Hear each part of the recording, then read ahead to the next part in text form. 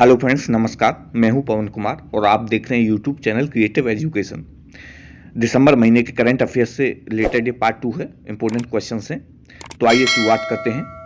Question number 1 है, निम्नलिखित में से युवा गणितज्ञ रामानुजन पुरस्कार 2020 से किसे सम्मानित किया गया है? किसे सम्मानित किया गया है? ऑप्शंस दिए, तो इसका राइट आंसर है ऑप्शन डी, कैरोलिना अरूजो। वर्ष 2020 का युवा गणितज्ञ रामानुजन पुरस्कार ब्राजील के रियो डी जेनेरियो के institute for pure and applied mathematics की मैथमेटिशियन डॉक्टर कैरोलिना अरूजो को प्रदान किया गया है।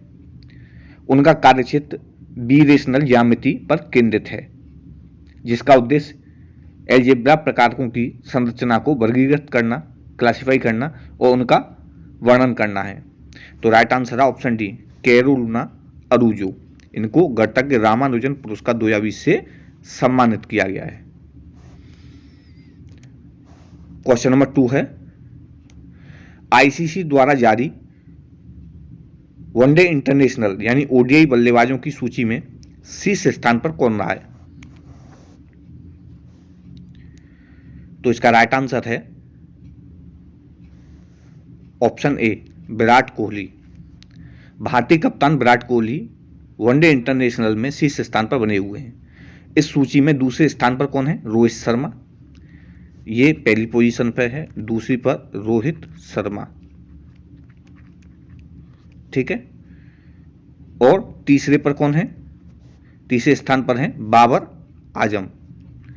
बाबर आजम ये कहां के हैं? ये पाकिस्तान के हैं। तो राइट आंसर रहा option A, Virat Kohli. Question number 3 है,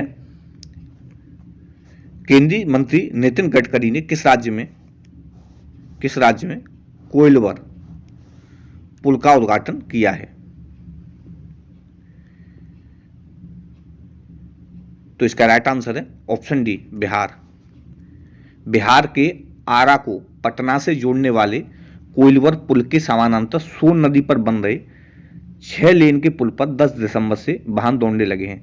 फिलहाल 3 लेन का निर्माण ही पूरा हुआ है। केंद्रीय सड़क परिवहन एवं राजमार्ग मंत्री नितिन गडकरी ने इसका उद्घाटन किया है। इस पुल की लंबाई 1.528 किलोमीटर है। तो राइट आंसर है ऑप्शन डी, बिहार।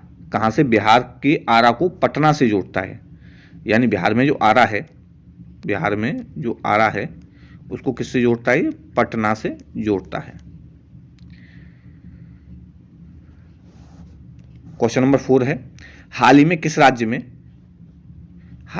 किस राज्य में राष्ट्रीय दिव्यांग सशक्तिकरण केंद्र का उद्घाटन किया गया है?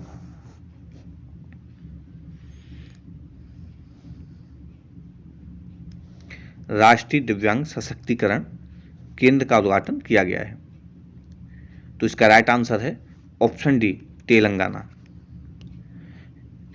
केंद्रीय गृह राज्य मंत्री जी किशन रेड्डी ने तेलंगाना में हैदराबाद के हाकिमपेट स्थित सीआरपीएफ ग्रुप सेंटर में राष्ट्रीय दिव्यांग सशक्तिकरण केंद्र नेशनल सेंटर फॉर दिव्यांग एम्पावरमेंट का उद्घाटन किया है। एनसीडीई केंद्रीय सशस्त्र पुलिस बलों के दिव्यांग योद्धाओं को प्रशिक्षण कौशल और पुनर्वास के लिए अपनी तरह का पहला प्रतिष्ठान है, जिन्हें ड्यूटी के दौरान जीवन भर विकलांग बना देने वाली चोट का सामना करना पड़ा। तो उन्हीं के लिए ये बनाया गया। राष्ट्रीय दिव्यांग सशक्तिकरण केंद्र का जो उद्घाटन किया है वो इन्हीं के लिए बनाया गया है। कहाँ? ये तेलंगाना में। राइट आंसर है option D, Telangana. Question number 5 है, अंतर्राष्ट्रीय पर्वत दिवस निम्न में से किस दिन मनाया जाता है? तो इसका राइट आंसर है ऑप्शन डी, 11 दिसंबर। प्रतिवर्ष 11 दिसंबर को अंतर्राष्ट्रीय पर्वत दिवस के रूप में मनाया जाता है। इस दिवस की स्थापना संयुक्त राष्ट्र महासभा ने 2003 में प्रस्ताव पारित करके की थी। इसका उद्देश्य अंतर्राष्ट्रीय समुदाय को पर्वत के संरक्षण के लिए प्रेरित करना तथा पर्वतों के महत्व को रेखांकित करने के लिए विभिन्न कार्यक्रमों का आयोजन करना है। इस वर्ष जो थीम थी अंतर्राष्ट्रीय पर्वत दिवस की वो थी माउंटेन बायोडाइवर्सिटी। माउंटेन बायोडाइवर्सिटी ये थीम थी। तो राइट आंसर है ऑप्शन डी 11 दिसंबर। क्वेश्चन नंबर 6 है, किस देश ने दुनिया में पहला कोविड-19 टीका रोल आउट किया है? किस देश ने दुनिया का पहला कोविड-19 टीका रोल आउट किया है? तो इसका राइट आंसर है ऑप्शन ए यूनाइटेड किंगडम। यूनाइटेड किंगडम ने कोविड-19 वैक्सीन का उपयोग शुरू करने वाला ये दुनिया का पहला देश बन गया है। फाइजर और बायोटेक द्वारा विकसित वैक्सीन को नियामकों द्वारा अनुमोदित किया गया है। देश भर में कई हब लोगों का टीकाकरण कर रहे हैं। इसके तहत लोगों को 21 दिनों में 2 इंजेक्शन दिए जाएंगे। तो ये कौन बना है? यूनाइटेड किंगडम, पहला कोविड-19 टीका रोल आउट जिसने किया है। क्वेश्चन नंबर 7 है, फोर्ब्स की विश्व की 100 सबसे शक्तिशाली महिलाओं की रैंकिंग में किस भारतीय ने भारत में सर्वोच्च स्थान प्राप्त किया है? किस भारतीय ने भारत में सर्वोच्च स्थान प्राप्त किया है? तो इसका राइट आंसर है ऑप्शन सी निर्मला सीतारमण। केंद्रीय वित्त मंत्री निर्मला सीतारमण फोर्ब्स की विश्व की 100 सबसे शक्तिशाली महिलाओं की रैंकिंग में कौन से स्थान पर हैं? इनका जो स्थान है वो है 41, ठीक है, 41वां। इस सूची में एचसीएल कॉर्पोरेशन की सीईओ कार्यकारी निदेशक रोशनी नादा मल्होत्रा 55वें स्थान पर हैं और बायोकॉन की संस्थापक किरण मजूमदार 168वें स्थान पर हैं। जर्मन चांसलर ने फिर से इसमें पहली पोजीशन किसने बनाई है? जर्मन चांसलर कौन? एंजेला मार्केल, ठीक है, इनकी कौन सी है? पहली पोजीशन है। तो राइट आंसर था, तो राइट आंसर रहा इसका ऑप्शन सी निर्मला सीतारमण, 41वां इनका स्थान है। क्वेश्चन नंबर 8 है, किस राज्य ने शहरी शासन सूचकांक यूजीआई 2020 में शीर्ष स्थान प्राप्त किया है? किस राज्य ने शहरी शासन सूचकांक यूजीआई 2020 में शीर्ष स्थान प्राप्त किया है? तो इसका राइट आंसर है ऑप्शन बी उड़ीसा।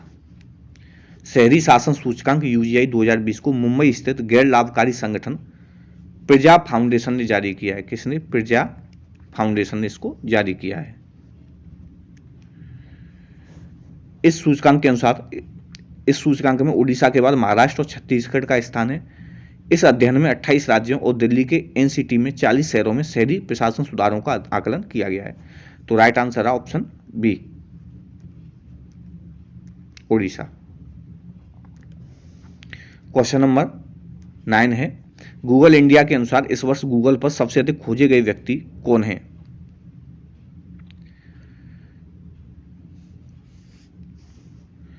तो इसका राइट आंसर है option C Joe Biden. Google India ने हाल ही में अपना वार्षिक ईयर इन सर्च परिणाम जारी किया है, जिसने गूगल पर सबसे लोकप्रिय खोजों को उजागर किया है। इस रिपोर्ट के अनुसार अमेरिकी नवनिर्वाचित राष्ट्रपति जो बाइडेन को इस वर्ष गूगल पर सबसे अधिक खोजा गया है। तो राइट आंसर है option C Joe Biden. Question number 10 है, मारा गोम्ज फुटबॉल खेलने वाली पहली ट्रांसजेंडर महिला बनी है, वे किस देश की हैं? तो इसका राइट आंसर है ऑप्शन डी अर्जेंटीना। मारा गोम्ज फुटबॉल खेलने वाली पहली ट्रांसजेंडर महिला है।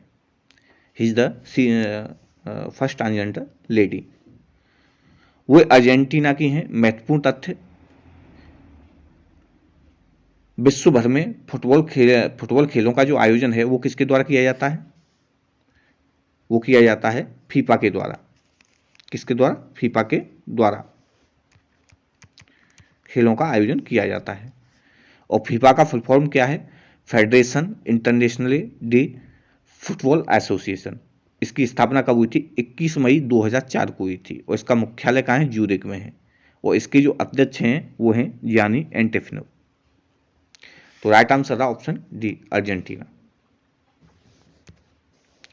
क्वेश्चन नंबर 11 है, निम्नलिखित में से कौन सा केंद्र शासित प्रदेश 100% जैविक कृषि क्षेत्र बनने वाला देश का पहला केंद्र शासित प्रदेश बना है?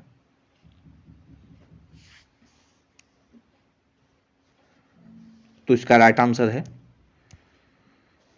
ऑप्शन सी, लक्षद्वीप। लक्षद्वीप 100% जैविक कृषि बनने वाला देश का पहला केंद्र शासित प्रदेश बना है। लक्षद्वीप अरब सागर में स्थित है। लक्षद्वीप ये कहाँ है? ये अरब सागर में स्थित है।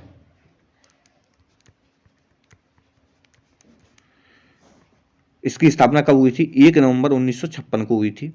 इसकी राजधानी है करावती। करावती। लक्षद्वीप के प्रशासक प्रफुल्ल खोड़ा पटेल हैं। कौन है? प्रफुल्ल खोड़ा पटेल। तो राइट आंसर है ऑप्शन सी, लक्षद्वीप। ये पहला केंद्र शासित प्रदेश बना है जिसने 100% जैविक कृषि क्षेत्र अपने यहां डेवलप किया है। क्वेश्चन नंबर 12 है, अंतर्राष्ट्रीय ओलंपिक समिति ने पेरिस में साल 2024 में होने वाले खेलों में से किस खेल को आधिकारिक तौर पर ओलंपिक खेलों का दर्जा दे दिया है? तो इसका राइट आंसर है option D, break dance. Break dance अब आधिकारिक तौर पर ओलंपिक खेल हो गया है। अंतर्राष्ट्रीय ओलंपिक समिति ने पेरिस में 2024 में होने वाले खेलों में से शामिल कर लिया है। युवा दर्शकों को लुभाने के लिए आईओसी ने यह फैसला किया है। इसके अलावा स्केटबोर्डिंग, स्पोर्ट क्लाइंबिंग और सर्फिंग को भी इन खेलों में शामिल किया गया है। तो राइट आंसर है option D, break dance. Question number 13 है, हाल ही में किसने संचार उपग्रह CMS-01 को लॉन्च कराने की घोषणा की है?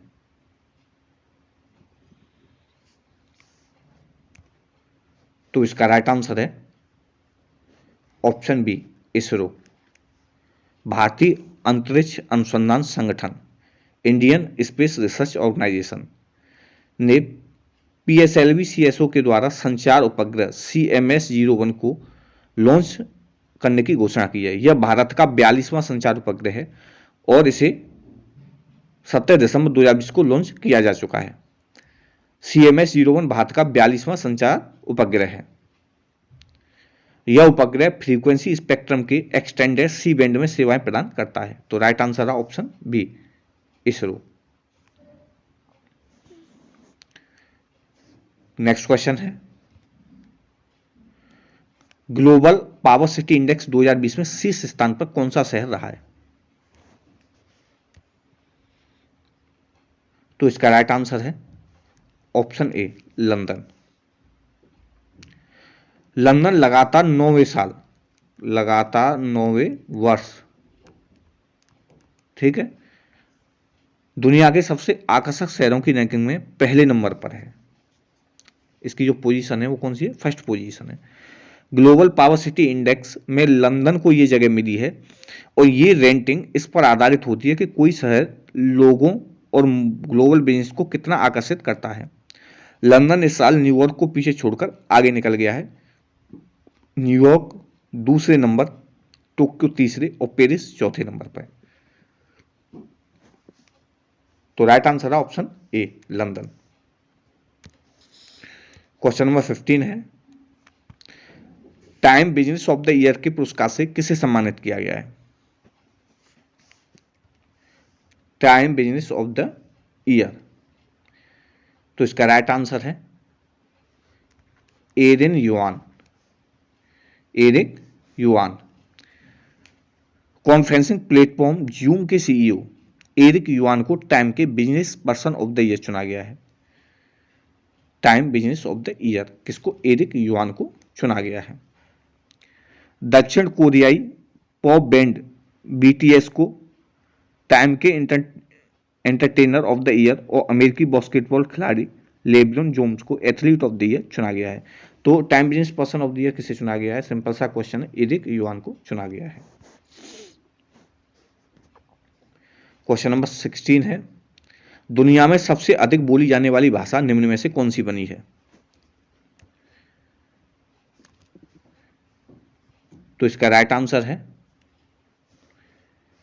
ऑप्शन बी, अंग्रेजी। एथनोलॉज की रिपोर्ट के अनुसार दुनिया की सबसे अधिक बोली जाने वाली भाषा अंग्रेजी है। इस भाषा के वादक 113.2 करोड़ लोग हैं।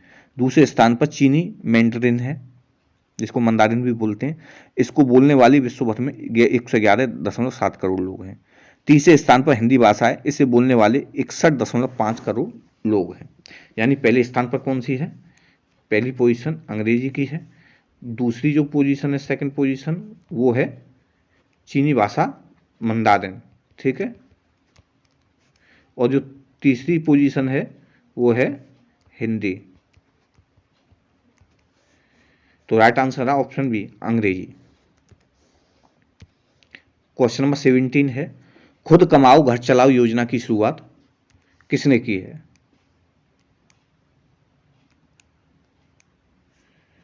तो इसका राइट आंसर है option D Sonu Sood. Corona virus महामारी के दौर में मसीहा बनकर उभरे अभिनेता सोनू सूद अब तक भी गरीबों की मदद करने में जुटे हुए हैं। सोनू ने कोरोना के दौर से ही गरीब और जरूरतमंदों को सहायता प्रदान की है और अब एक बार फिर सोनू सूद ने कोरोना के दौर में नौकरी गंवा चुके लोगों की मदद के लिए आ गया है। तो इन्होंने कोविड संकट के दौरान जरूरतमंदों की मदद के लिए एक और पहल खुद कमाओ घर चलाओ की शुरुआत की है, जिसके तहत वह उन लोगों को ई रिक्शा देंगे जो महामारी के दौरान अपनी नौकरी गंवा चुके हैं। तो राइट आंसर है ऑप्शन डी सोनू सूद।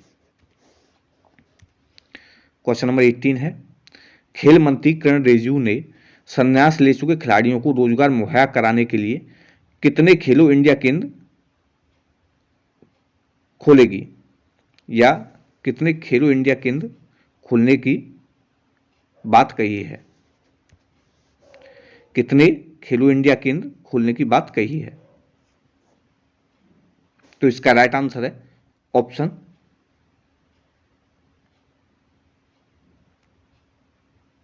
सी 1000। क्वेश्चन नंबर 19 है,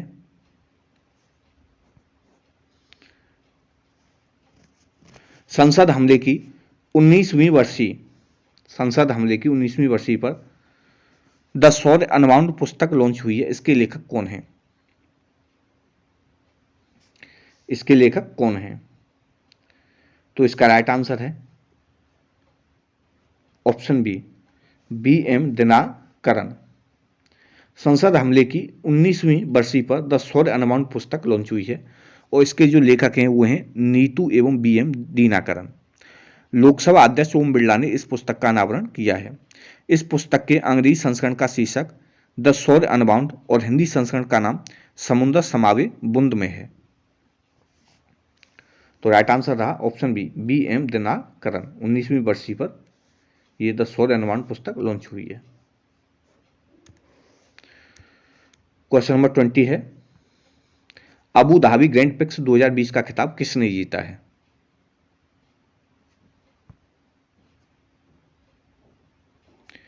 तो इसका राइट आंसर है ऑप्शन ए मैक्स वेरस्टेपन ने संयुक्त अरब अमीरात के अबू धाबी में आयोजित अबू धाबी ग्रैंड प्रिक्स 2020 का आखिरी सीजन जीत लिया है। इस सीजन की उनकी यह दूसरी और कैरियर की 10वीं जीत थी। यह साल 2020 फॉर्मूला 1 वर्ल्ड चैंपियनशिप की 17वीं और अंतिम रेस थी। तो राइट आंसर है ऑप्शन ए मैक्स वेरस्टेपेन। इन्होंने अबू धाबी ग्रैंड प्रिक्स 2020 का खिताब जीता है। क्वेश्चन नंबर 21 है, किस भारतीय दूरसंचार कंपनी ने दुनिया के पहले उपग्रह आधारित नैरोबैंड IoT नेटवर्क की शुरुआत की है?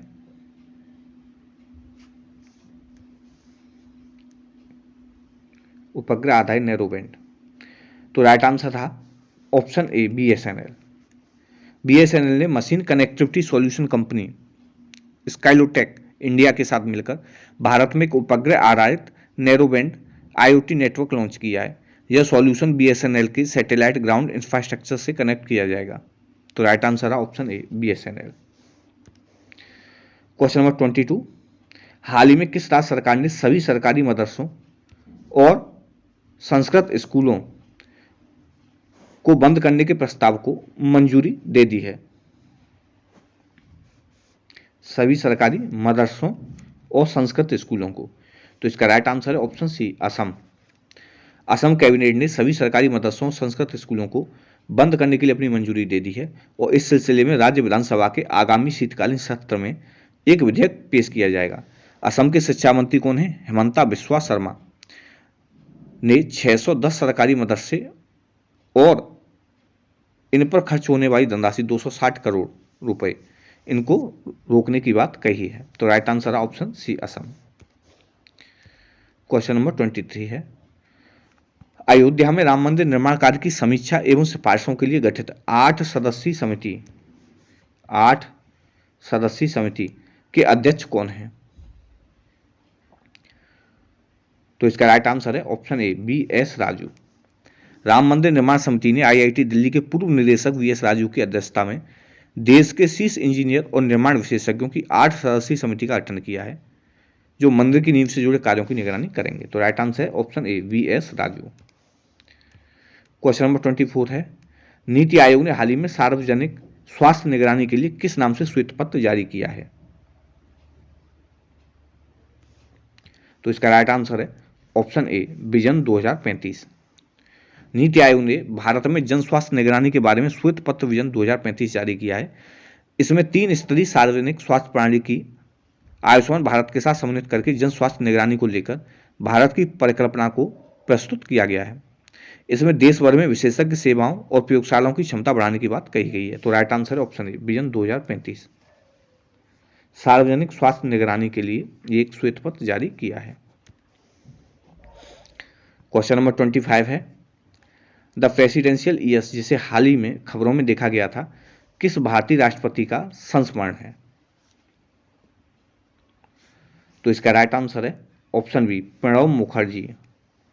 द प्रेसिडेंशियल ईयर्स भारत के दिवंगत पूर्व राष्ट्रपति प्रणब मुखर्जी द्वारा लिखित एक आगामी पुस्तक है और यह संस्मरणों का चौथा खंड है, जो जनवरी 2021 में विश्व स्तर पर जारी किया जाएगा। तो राइट आंसर है ऑप्शन बी, प्रणब मुखर्जी।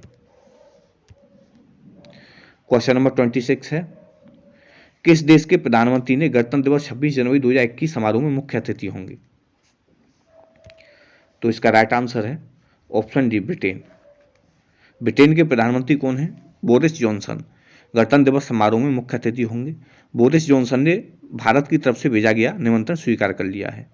बता दें कि बोरिस जॉनसन बीते 27 साल में राजपथ परेड पर बतौर मेहमान आने वाले पहले ब्रिटिश प्रधानमंत्री होंगे। तो राइट आंसर है option D, Britain, Boris Johnson. Question number 27 है, सुप्रीम कोर्ट कॉलेजियम ने जस्टिस हेमा कोहली को किस राज्य के हाईकोर्ट की पहली महिला चीफ जस्टिस नियुक्त किया है? किस राज्य की पहली महिला चीफ जस्टिस नियुक्त किया है? तो इसका राइट आंसर है ऑप्शन ए, तेलंगाना। सुप्रीम कोर्ट कॉलेजियम ने जस्टिस हेमा कोहली को तेलंगाना हाईकोर्ट की पहली महिला चीफ जस्टिस नियुक्त किया है। जस्टिस कोहली अभी दिल्ली हाईकोर्ट में जज हैं। गौरतलब है कि तेलंगाना हाईकोर्ट के मौजूदा चीफ जस्टिस राघवेंद्र सिंह चौहान का उत्तराखंड हाईकोर्ट में ट्रांसफर कर दिया गया। तो राइट आंसर है ऑप्शन ए, तेलंगाना। 28 क्वेश्चन, अग्नि सुरक्षा अनुमोदन के लिए एक ऑनलाइन तंत्र फायर सेफ्टी कॉप को चालू करने वाला पहला भारतीय राज्य कौन सा है? पहला भारतीय राज्य कौन सा है? तो इसका राइट आंसर है ऑप्शन सी, गुजरात। अग्नि सुरक्षा अनुमोदन के लिए ऑनलाइन तंत्र फायर सेफ्टी कॉप को शुरू करने वाला जो पहला राज्य है वो है साहब गुजरात। तो right answer option C, Gujarat. Exim bank of India ने किस देश के बुनियादी ढांचा परियोजनाओं के लिए 448 मिलियन अमेरिकी डॉलर की लाइन ऑफ क्रेडिट जारी की है? तो इसका राइट आंसर है option B, Uzbekistan. Export import bank, Exim bank का अर्थ है export import bank of India, ने हाल ही में उज्बेकिस्तान के लिए विभिन्न बुनियादी ढांचा परियोजनाओं के लिए 448 मिलियन अमेरिकी डॉलर की लाइन ऑफ क्रेडिट जारी की है। इस लाइन ऑफ क्रेडिट का उपयोग देश में परिवहन, जल और प्रौद्योगिकी क्षेत्रों में विभिन्न परियोजनाओं में किया जाएगा। तो राइट आंसर है option B, Uzbekistan. Question number 30 है, पेटा इंडिया ने किस अभिनेता को साल 2020 का हॉटेस्ट वेजिटेरियन सेलिब्रिटी ट्रॉफी से सम्मानित किया है?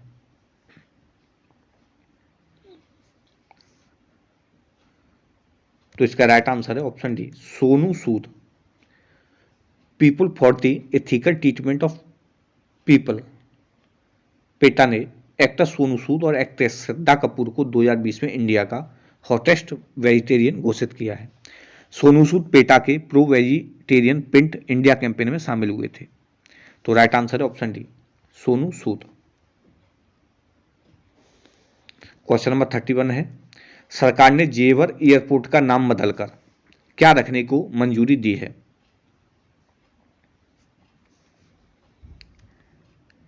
तो इसका राइट आंसर है option B, Noida international greenfield airport. Jewar में बनने वाले इस एयरपोर्ट का नाम नोएडा इंटरनेशनल ग्रीनफील्ड एयरपोर्ट होगा। उड़ता हुआ सारस पक्षी को एयरपोर्ट की पहचान बनाया जाएगा। मुख्यमंत्री योगी आदित्यनाथ ने गुरुवार को इस एयरपोर्ट के नाम, लोगो और डिजाइन को मंजूरी देते हुए यह कहा कि यह विश्व के बेहतरीन हवाई अड्डों में से एक होगा। तो right answer option B, Noida international greenfield airport.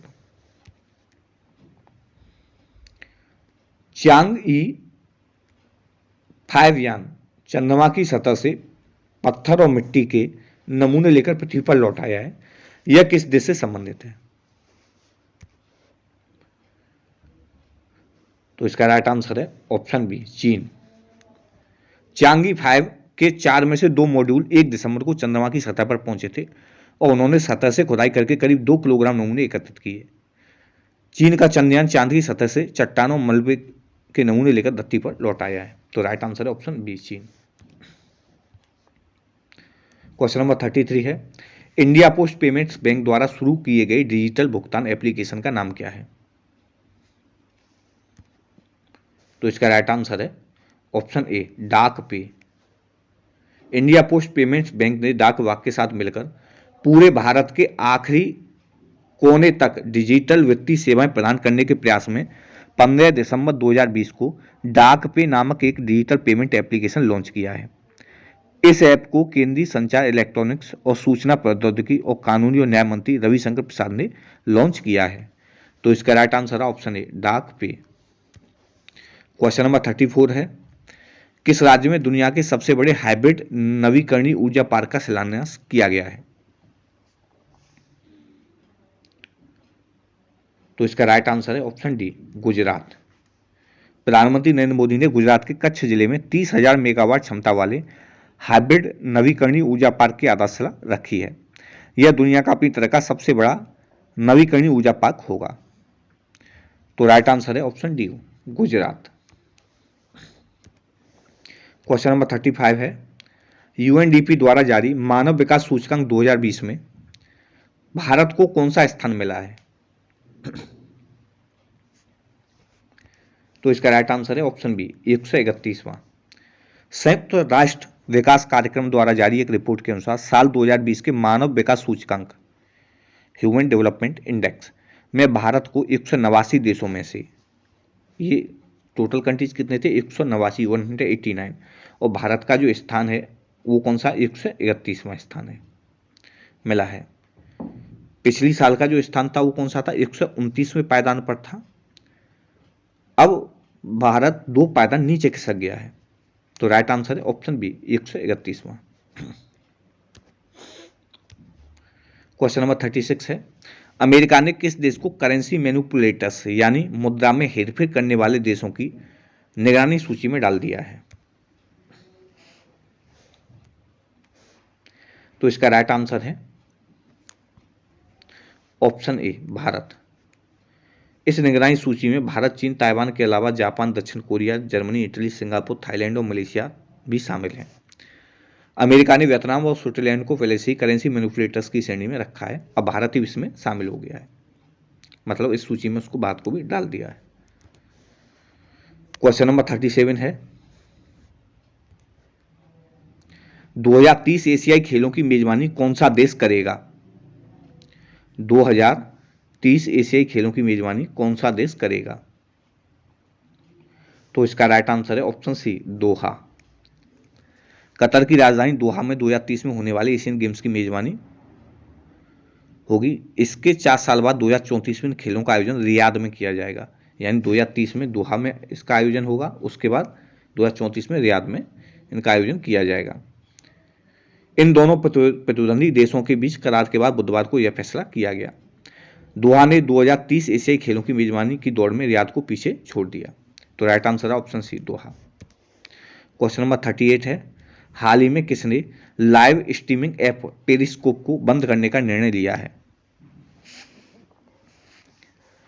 तो इसका राइट आंसर है option B, Twitter.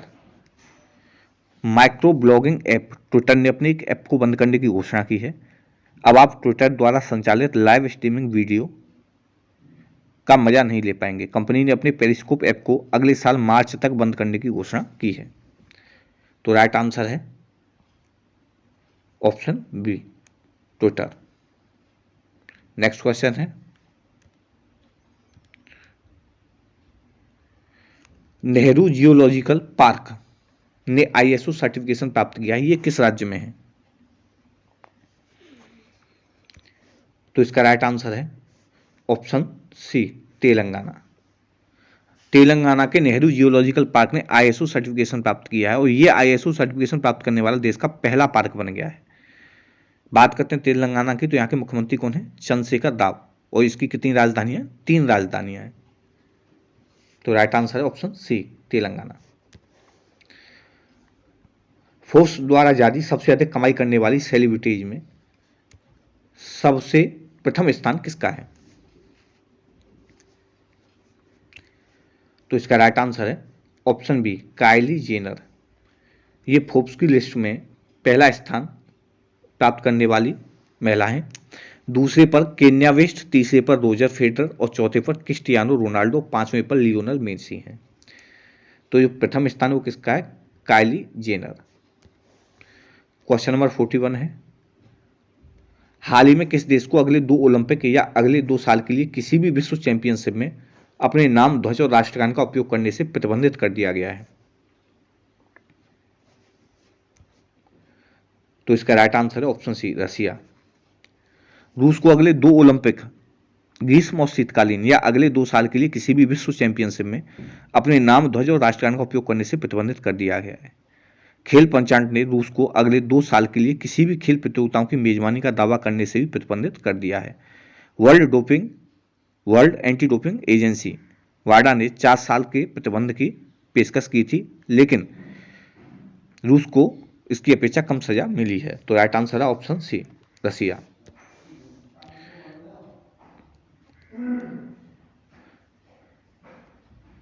Question number 42 है, भारत का पहला पेट कोक सम्मिश्रण कोयला गैसीकरण आधारित उर्वरक संयंत्र कहां स्थापित किया गया है? तो इसका राइट आंसर है ऑप्शन ए, तलचर।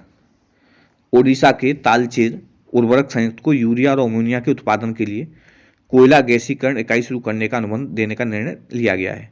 यह भारत का पहला कोयला गैसीकरण आधारित संयंत्र होगा जिससे प्राप्त गैस का उर्वरक उत्पादन में कच्चे माल के रूप में उपयोग किया जाएगा। तो भारत का पहला पेट कोक सम्मिश्रण कोयला गैसीकरण आधारित उर्वरक संयंत्र कहां स्थापित किया जाएगा? ऑप्शन ए, तलचर में। गौरव आहलूवालिया को किस देश में भारत का नया राजदूत नियुक्त किया गया है?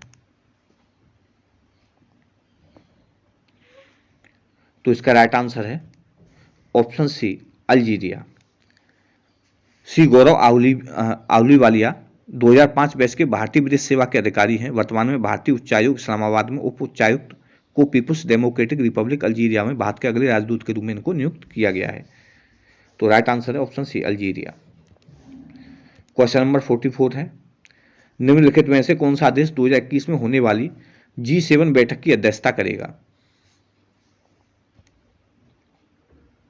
तो इसका राइट आंसर है ऑप्शन डी, ब्रिटेन। ब्रिटेन अगले साल होने वाली G7 समिति की मेजबानी करेगा। G7 दुनिया की 7 सबसे बड़ी कथित विकसित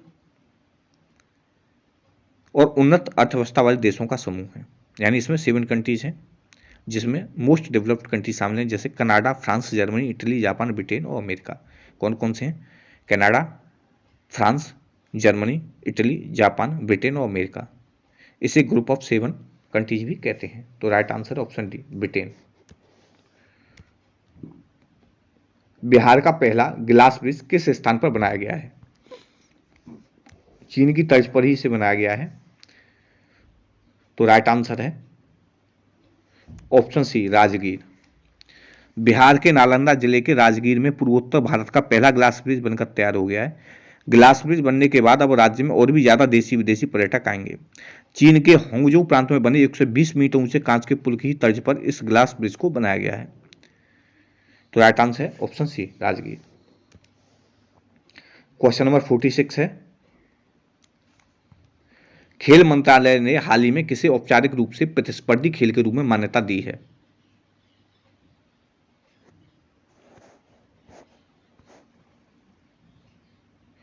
तो इसका राइट आंसर है ऑप्शन डी योगासन। खेल मंत्रालय ने एक इसको औपचारिक प्रतिस्पर्धी खेल के रूप में मान्यता दी है, किसको? योगासन को। क्वेश्चन नंबर 47 है, MGNREG स्कीम का समर्थन करने के लिए कौन सी वैश्विक संस्था भारत को $1 अरब का ऋण प्रदान करने जा रही है?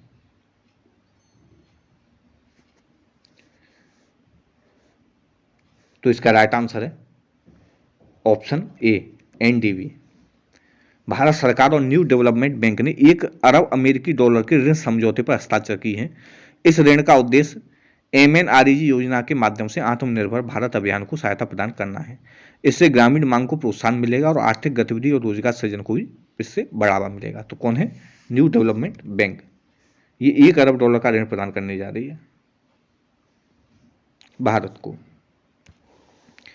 क्वेश्चन नंबर 48 है, किस वित्तीय संस्थान ने छत्तीसगढ़ की चिराग और डिप्टू सहित भारत की 4 परियोजनाओं को मंजूरी दी है?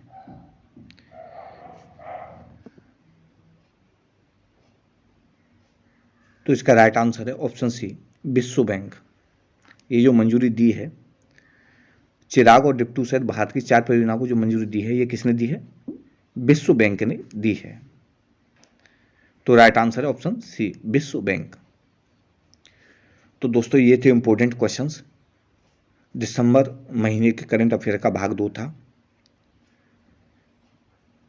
अगर आपने अभी तक हमारे YouTube चैनल को सब्सक्राइब नहीं किया है तो आप सब्सक्राइब कर दीजिए और बेल आइकन बटन को भी साथ में प्रेस कर दीजिए। ये वीडियो देखने के लिए आपका बहुत बहुत धन्यवाद।